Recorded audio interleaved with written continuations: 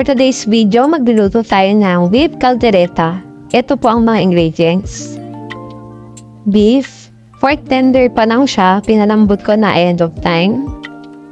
Onion and garlic, soy sauce, red and green bell pepper, wing oil, sugar, potatoes, hot dogs, tomato paste, liver spread, salt and pepper to taste, beef stock o yung pinagkuluan natin ng baka. Tara na pong magluto. Ganyan natin ang oil sa pan. Gisa natin ang garlic.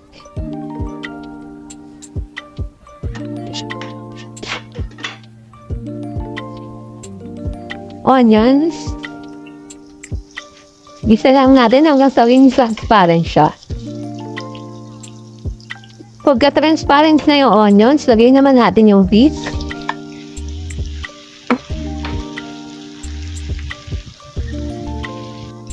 Lagay natin yung soy sauce. Haluin. Hayaan lang natin na ma-absorb ng beef yung soy sauce.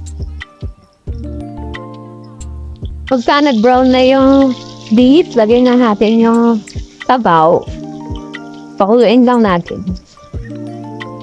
Pag kumulo na siya, lagay na natin yung liver spread. Kalahati lang po nitong ating isang lasa. Pwede rin gamitin yung isang maliit na liver spread. Lagay din natin ang tomato paste. Depende po sa inyo kung gaano kaya rich or cream or thick ang gusto niyo na sauce. Pakuluin lang natin hanggang sa lumapot na yung sabaw at magpula na siya. Kapag pumula na at lumapot na yung sauce, malambot na rin kasi ang ating baka, pwede na natin ilagay ang patatas. Palambutin lang natin yung patatas. Pwede na rin po siyang iprito kung gusto niyo.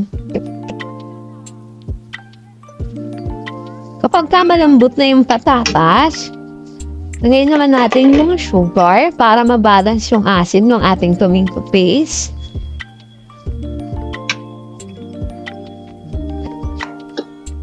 Pepper.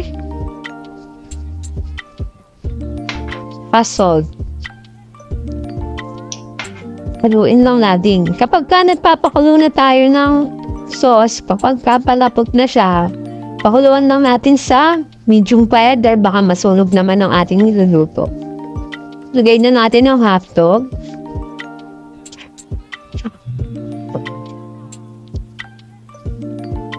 Lagay na natin ang bell peppers. Haluin natin bago natin patayin sa apoy. Para crunchy pa yung bell peppers. Luto na ang ating beef caldereta.